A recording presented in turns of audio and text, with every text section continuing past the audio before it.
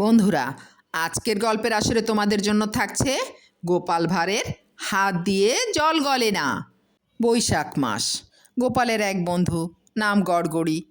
সে গোপালের বাড়িতে বেড়াতে এসেছে কয়েকদিন। লোকটি ভয়ানক কৃপণ। লোকে বলে ওর হাত দিয়ে জল গলে না।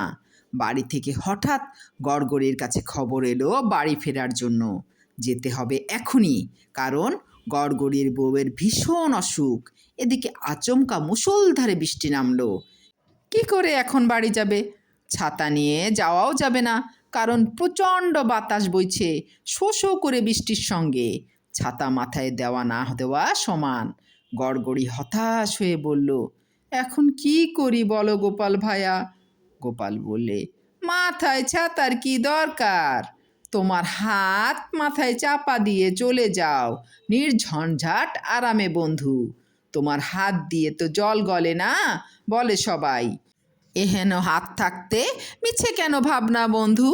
না ভেবে এখনই বের হয়ে পড়ো। এই বলে গোপাল গড়গড়ির ছানা বড়া চোখের দিকে তাকিয়ে মুচকি মুচকি হাসতে লাগলো। বন্ধুও তার কথা বলতে লাগলো।